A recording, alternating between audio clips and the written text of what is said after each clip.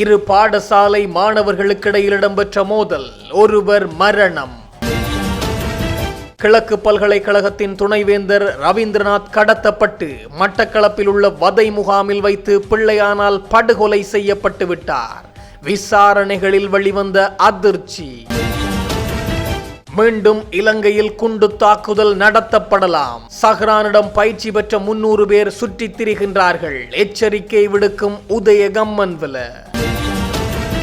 குற்றத்தடுப்பு விசாரணை பிரிவு அலுவலகத்திற்குள் இசாரா செவ்வந்தியின் பிறந்த தினத்தை கொண்டாடிய போலீஸ் அதிகாரி பதவி இறக்கப்பட்டு பிரிதொரு இடத்திற்கு மாற்றப்பட்டார். உயிர்த்த ஞாயிறு குண்டு தாக்குதலின் உண்மைகளை எதிர்வரும் ஏப்ரல் 21 முன்னர் அரசாங்கம் வெளியிட வேண்டும். இல்லையில் சானி அபேசகர பதவி விலக வேண்டும். சானக பண்டார தெரிவிப்பு. நிலக்கரி நெருக்கடி மற்றும் வறட்சியான காலநிலை, மின் கட்டணத்தில் ஏற்பட போகும் திடீர் அதிகரிப்பு. யாழ்ப்பாணத்தில் கைக்குண்டுடன் மடக்கி பிடிக்கப்பட்ட 20 வயதுடைய இளைஞர். யாழ் பண்ணை வாழ்வெட்டு சம்பவத்தின் பிரதான சந்தேக நபர் கைது. கிழக்கு பல்கலைக்கழகத்தின் முன்னாள் வேந்தர் பேராசிரியர் ரவீந்திரநாத் சுப்பிரமணியம் காணாமல் போனது தொடர்பாக குற்றப்புலனாய்வு திணைக்களத்தால் கைது செய்யப்பட்ட முன்னாள் ராஜாங்க அமைச்சர் சிவனேசதுரை சந்திரகாந்தன் என்ற பிள்ளையான் அவர்களை சட்டமா அதிபரிடமிருந்து அடுத்த உத்தரவு வரும் வரை விளக்கமறியலில் வைக்குமாறு நீதவான் பாசன் அமரசேன உத்தரவிட்டுள்ளார். 2006 ஆண்டு நிகழ்ந்ததாக கூறப்படும் இந்த திடீர் மறைவு சம்பவம் தொடர்பாக காவல்துறை தலைவர் நடத்திய விசாரணைகள் தொடர்பாக இதுவரை 5 சந்தேக நபர்கள் நீதிமன்றத்தில் ஆஜர்படுத்தப்பட்டுள்ளனர். மேலும் குற்றப்புலனாய்வுத்துறை நேற்று வெளியிட்ட ஒரு கூடுதல் அறிக்கையின் மூலம் இந்த வழக்கில் பிள்ளையானை முதல் சந்தேக நபராக பெயரிட நடவடிக்கை எடுத்துள்ளது. குற்றப்புலனாய்வு துறையின் தடுப்பு காவல் உத்தரவின் கீழ் கிட்டத்தட்ட 359 நாட்களாக தடுத்து வைக்கப்பட்டுள்ள சந்தேக நபர் பிள்ளையானுக்காக சட்டத்தரணி உதய கம்மன்பில ஆஜராகி பயங்கரவாத தடுப்பு சட்டத்தின் கீழ் சந்தேக நபரை நீதிமன்றத்தில் ஆஜர்படுத்துவதற்கு தமது எதிர்ப்பை தெரிவித்தார். இருப்பினும் கொழும்பில் ஒரு வெள்ளை வேனில் கிழக்கு பல்கலைக்கழகத்தின் முன்னாள் வேந்தர் கடத்தப்பட்டு கொலை செய்யப்பட்ட சம்பவம் குறித்த விசாரணையே இந்த நீண்டகால தடுப்பு காவலுக்கு முக்கிய காரணமாகும். தொடர்புடைய விசாரணைகளின் போது வெளிவந்த தகவல்களின்படி இந்த கடத்தலுக்கு பிறகு அவர் மட்டக்களப்பு பகுதியில் உள்ள ஒரு சித்திரவதை கூடத்திற்கு அழைத்துச் செல்லப்பட்டு இந்த கொலை நிகழ்த்தப்பட்டுள்ளது. அந்த காலகட்டத்தில் ஒரு காவல்துறை அதிகாரி உட்பட சுமார் 5 பேர் அவர்களால் கொலை செய்யப்பட்டது தெரியவந்துள்ளதுடன் பிள்ளையான் சட்டவிரோத வெள்ளை வேன் கலாச்சாரத்தின் ஒரு பகுதியை வழிநடத்தி வந்தார் என்பதை ஆதாரங்கள் தற்போது உறுதிப்படுத்தியுள்ளதாகவும் தெரிவிக்கப்பட்டுள்ளது. மேலும் விடுதலை புலிகளிடமிருந்து பிரிந்து அரசாங்கத்தில் இணைந்த கருணா அம்மன் மற்றும் பிள்ளையான் உள்ளிட்ட குழுவினருக்கு பயங்கரவாத எதிர்ப்பு நடவடிக்கைகளுக்காக அரசாங்கமும் பாதுகாப்பு படைகளும் வழங்கிய பெருமளவிலான துப்பாக்கிகள் குறித்தும் விசாரணைகள் நடைபெற்று வருகின்றன. D56 ரக பீரங்கிகள், கை துப்பாக்கிகள், இயந்திர துப்பாக்கிகள், இலகு ரக இயந்திர துப்பாக்கிகள், மோர்டார்கள் மற்றும் 9 மில்லிமீட்டர் துப்பாக்கிகள் உட்பட சுமார் 8000 பேருக்கு வழங்கப்பட்ட இந்த ஆயுதங்கள் போர் முடிவடைந்ததிலிருந்து குறைந்த அளவிலேயே ஒப்படைக்கப்பட்டு வந்துள்ளன. காணாமல் போன பெருமளவிலான துப்பாக்கிகள் பாதாள உலக செயல்களுக்கும் பல்வேறு கொலைகளுக்கும் பயன்படுத்தப்பட்டிருக்கலாம் என குற்றப்புலனாய்வுத்துறை சந்தேகிக்கின்றது. மேலும் பிள்ளையனும் அவரது குழுவினரும் தங்களின் தனிப்பட்ட எதிரிகளை கடத்தி கொலை செய்வதற்கும் அதே ஆயுதங்களை பயன்படுத்தியுள்ளனர் என்று தகவல் வெளியாகியுள்ளது. இஸ்லாமிய அடிப்படைவாத கொள்கையை கொண்டுள்ளவர்களுக்கு புனர்வாழ்வளிப்பதற்கு 2019 ஆண்டுக்கு பின்னர் இந்த அரசாங்கமும் உரிய நடவடிக்கைகளை எடுக்கவில்லை. மாறாக பிரதான சூத்திரதாரியை மாத்திரமே தேடித் திரிகின்றார்கள். இஸ்லாமிய அடிப்படைவாத கொள்கையை கொண்டுள்ளவர்களுக்கு முறையாக புனர்வாழ்வளிக்காவிடின் எதிர்காலத்திலும் நாட்டில் குண்டுவடிக்கும் என பிவிதுருகெல உரிமைய கட்சியின் தலைவரும் முன்னாள் அமைச்சருமான உதய கம்மன்பில தெரிவித்தார். கொழும்பில் உள்ள பிவிதுருகெல உரிமைய கட்சி காரியாலயத்தில் வெள்ளிக்கிழமை நடைபெற்ற ஊடகவியலாளர் போது மேற்கண்டவாறு குறிப்பிட்டார். ஒய்த்த ஞாயிறு குண்டு தாக்குதல் சம்பவம் தொடர்பான நூல் வெளியீட்டு நிகழ்வுக்கு பெருமளவிலானோர் வந்திருந்தார்கள். நான் அழைப்பு விடுக்காமலும் புலனாய்வு பிரிவின் அதிகாரிகள் வந்திருந்தார்கள். பேசப்பட்ட விடயங்களை பதிவு செய்தார்கள், குறிப்பு எடுத்தார்கள். அவர்களுக்கு நன்றியை தெரிவித்துக் கொள்கின்றேன். குண்டு தாக்குதல்கள் சம்பவத்தின் பிரதான சூத்திரதாரி யார் என்பது தற்போது வெளியிடப்பட்டுவிட்டது. ஆகவே இனி யார் சூத்திரதாரி என்று ஆராய்வது பயனற்றது. குண்டு தாக்குதல் சம்பவம் தொடர்பில் முன்னெடுக்கப்படும் விசாரணைகளுக்கு பாதிப்பு ஏற்படுத்தும் வகையில் ஏதும் செயற்படவில்லை. குண்டு தாக்குதல்கள் குறித்த விசாரணைகளை மேற்கொண்ட பாராளுமன்ற தெரிவுக்குழுக்கள் மற்றும் ஜனாதிபதி விசாரணை ஆணைக்குழுக்கள் சமர்ப்பித்த அறிக்கைகளை முழுமையாக பரிசீலனை செய்து கிடைக்கப்பெற்ற புலனாய்வு தகவல்களை அடிப்படையாக கொண்டு இந்த புத்தகத்தை எழுதினேன். யுத்தம் முடிவடைந்தவுடன் விடுதலை புலிகள் அமைப்பின் 12,000 போராளிகளுக்கு முறையாக புனர்வாழ்வளிக்கப்பட்டது. அவர்கள் இன்று சமூகமயப்படுத்தப்பட்டுள்ளார்கள். முறையாக புனர்வாழ்வளித்தால் தான் 2009 ஆண்டுக்கு பின்னர் இலங்கையில் புலிகள் அமைப்பை குறிப்பிட்டுக் கொண்டு எவ்வித தாக்குதல்களும் இடம்பெறவில்லை.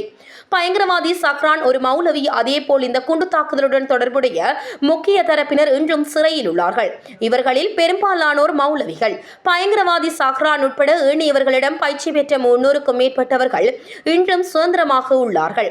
இஸ்லாமிய அடிப்படைவாத கொள்கையை கொண்டுள்ளவர்களுக்கு புனர்வாழ்வளிப்பதற்கு 2019 ஆண்டுக்கு பின்னர் இந்த அரசாங்கமும் உரிய நடவடிக்கைகளை மேற்கொள்ளவில்லை.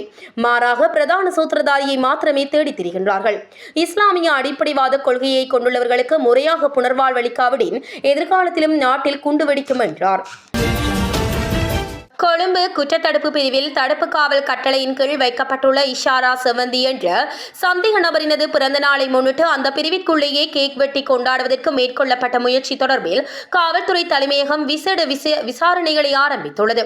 கடந்த மார்ச் மாதம் 29 கொழும்பு குற்றத்தடுப்பு பிரிவினுள் குறித்த சந்தேக நபரின் பிறந்த நாளை கொண்டாடுவதற்கு தயார் நிலையில் இருப்பதாக தகவல் கிடைத்துள்ளது. இந்த தகவல் கிடைத்தவுடன் கொழும்பு வலயத்துக்கு பொறுப்பான பிரதி காவல்துறை மா அதிபர் உடனடியாக அவ்விடயத்திற்கு சென்று அந்த பிறந்தநாள் கொண்டாட்டத்தை தடுத்து நிறுத்தியதுடன் இதுகுறித்து காவல்துறை தலைமையகத்திற்கு அறிக்கை ஒன்றையும் சமர்ப்பித்துள்ளார். குறித்த அறிக்கையின் அடிப்படையில் காவல்துறை மா அதிபரின் உத்தரவின் பேரில் கொழும்பு குற்றத்தடுப்பு பிரிவின் பொறுப்பதிகாரி உடனடியாக நடைமுறைக்கு வரும் வகையில் காவல்துறை களப்படையணி தலைமையகத்திற்கு இடமாற்றம் செய்யப்பட்டுள்ளார். காவல்துறை அதிகாரிகள் தமது தொழில்சார் ஒழுக்கக்கோவையை பின்பற்றி தவறியமை மற்றும் சட்டவிரோதமான முறையில் இச்செயலில் ஈடுபட்டமை குறித்து குற்றப்புலனாய்வு திணைக்களம் மற்றும் காவல்துறை விசேட விசாரணை பிரிவு ஆகியன இணைந்து பாரிய விசாரணைகளை ஆரம்பித்துள்ளன. காவல்துறை தடுப்பு காவலில் உள்ள ஒருவருக்கு காவல் நிலையத்திற்குள்ளேயே இவ்வாறான விசேட சலுகைகள் வழங்கப்பட முயன்றமை காவல்துறை திணைக்களத்திற்குள் பெரும் சர்ச்சையை ஏற்படுத்தியுள்ளது.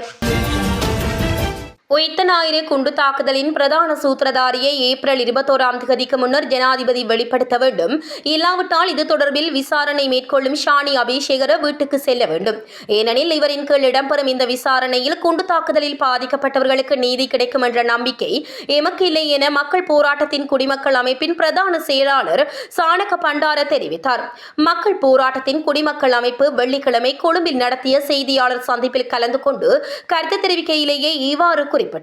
உயிர்த்த குண்டு தாக்குதலின் பிரதான சூத்திரதாரி யார் என்பதை வெளிப்படுத்தும் உதய கம்மன் பிளவின் புத்தக வெளியீட்டுக்கு ராஜபக்சவினருக்கு எதிராக குற்றம் சாட்டியவர்களும் அதில் கலந்து கொண்டிருந்தனர். அதே நேரம் கடந்த வருடம் ஏப்ரல் மாதம் உயிர்த்த தினத்துக்கு முன்னர் குண்டு தாக்குதலின் பிரதான சூத்திரதாரியை நாட்டுக்கு வெளிப்படுத்தியதாக ஜனாதிபதி தெரிவித்து தற்போது ஒரு வருடமாகியுள்ளது. ஆனால் ஜனாதிபதியால் அதனை செய்ய முடியாமல் போயிருக்கின்றது. இந்த குண்டு தாக்குதல் தொடர்பில் விசாரணை மேற்கொண்ட குற்றப்புலனாய்வு பிரிவின் பணிப்பாளர் ஷானி அபிஷேகர ஆளும் அரசாங்கத்தை ஆட்சிக்கு கொண்டு வருவதாக செயற்பட்டவர்.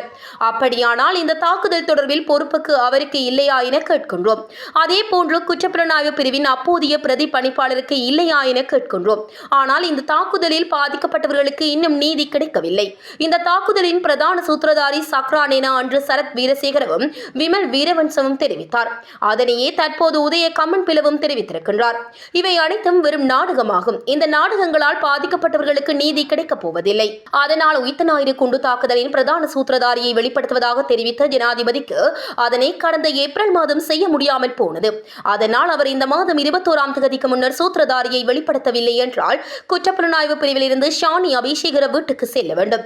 பிரதி போலீஸ் மா அதிபரும் வீட்டுக்கு செல்ல வேண்டும். அதே நேரம் இந்த தாக்குதலை தடுக்க தவறிய ஷானி அபிஷேகர மற்றும் குற்றப்புலனாய்வு பிரிவின் முன்னாள் பிரதி போலீஸ் மா அதிபரையும் கைது செய்ய வேண்டும். அத்துடன் உயிர்த்த குண்டு தாக்குதல் தொடர்பில் விசாரணை மேற்கொள்ளும் ஷானி அபிஷேகர எப்போதும் இந்த தாக்குதலுக்கு பொறுப்பு கூறும் விடயத்திலிருந்து தப்பித்துக் கொள்ளும் வகையிலேயே செயற்பட்டு வருகின்றார்.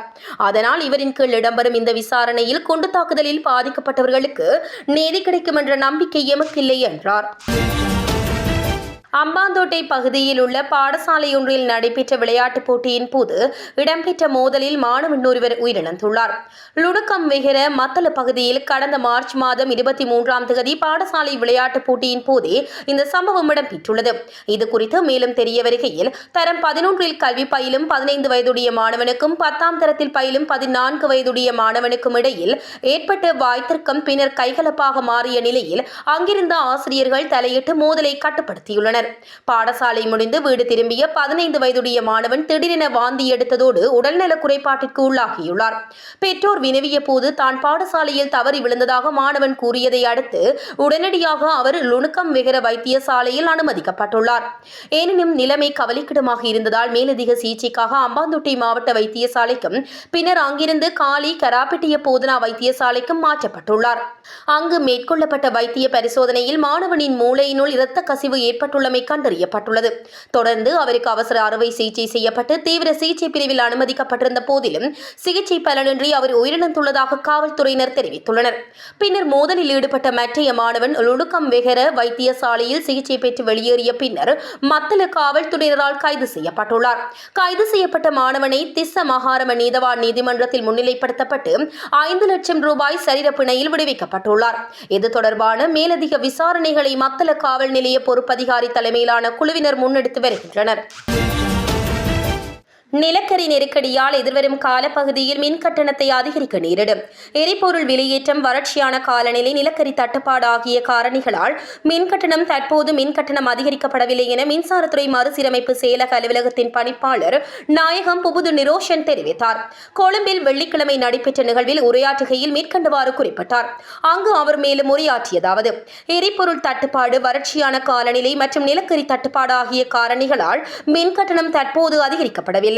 மின் கட்டண திருத்தம் தொடர்பில் 3 மாதங்களுக்கு முன்னர் முன்வைக்கப்பட்ட திருத்த யோசனைக்கு அமைவாகவே தற்போது 10% கட்டணம் அதிகரிக்கப்பட்டுள்ளது. எரிபொருள் தட்டுப்பாடு மற்றும் நெருக்கடி காரணமாக எதிர்வரும் காலப்பகுதியில் மின் கட்டணம் மீண்டும் உயர்வடையும், அது கடினமானதாகவும் அமையும். ஆகவே மின் கட்டண அதிகரிப்பால் ஏற்படும் நெருக்கடிகளை முகாமைத்துவம் செய்வதற்கு மாற்று நடவடிக்கைகளை முன்னெடுத்துள்ளோம். புதுப்பிக்கத்தக்க சக்தி வளங்களை மேம்படுத்துவதற்கு புதிய திட்டங்கள் செயற்படுத்தப்பட்டுள்ளன. புதிய முதலீடுகளை நிறுவன கட்டமைப்பினூடாக பெற்றுக்கொள்வதற்கும் தீர்மானிக்கப்பட்டுள்ளது என்றார். யாழ்ப்பாணம் பண்ணை பகுதியில் அண்மையில் இடம்பெற்ற வாழ்வெட்டு சம்பவத்தில் தேடப்பட்டு வந்த சந்தேக நபர்களில் ஒருவர் கைது செய்யப்பட்டுள்ளார். உள்நாட்டில் தயாரிக்கப்பட்ட கைக்குண்டுடன் அவர் கைது செய்யப்பட்டுள்ளார். கொக்குவேல் பகுதியைச் சேர்ந்த 21 வயதுடைய நபரே இவ்வாறு கைது செய்யப்பட்டுள்ளார். சம்பவம் தொடர்பாக மேலும் தெரிய வருகையில், மருதனார்மடம் பகுதியில் வைத்து நேற்று காவல்துறையினர் குறித்த நபரை கைக்குண்டுடன் கைது செய்துள்ளனர். இதனை அடுத்து அவரை சுன்னாகம் காவல் நிலையத்திற்கு கொண்டு சென்று விசாரணைகளை முன்னெடுத்துள்ளனர். விசாரணைகளில் கடந்த 26ஆம் தேதி பண்ணை பகுதியில் மோட்டார் சைக்கிளில் சென்ற இளைஞன் மீது வாள்வெட்டு தாக்குதலை மேற்கொண்டு அவருக்கு படுகாயம் ஏற்படுத்தியதுடன் மோட்டார் சைக்கிளை கொள்ளையடித்து சென்ற கும்பலில் ஒருவராக குறித்த நபரும் செயற்பட்டுள்ளமை தெரியவந்துள்ளது. அத்துடன் யாழ்ப்பாணத்தில் இயங்கும் வன்முறை கும்பல் ஒன்றின் முக்கிய உறுப்பினராக செயற்படும் குறித்த நபருக்கு அண்மையில் திருமணம் நடைபெற்றதாகவும் தற்போது மருதனார்மடம் சந்தையில் மரக்கறி வியாபாரத்தில் ஈடுபட்டு வருகிறார் எனவும் தெரியவந்துள்ளது. கைது செய்யப்பட்டவரை சுன்னாகம் காவல் நிலையத்தில் தடுத்து வைத்து காவல்துறையினர் மேலதிக விசாரணைகளை முன்னெடுத்து வருகின்றமை குறிப்பிடத்தக்கது.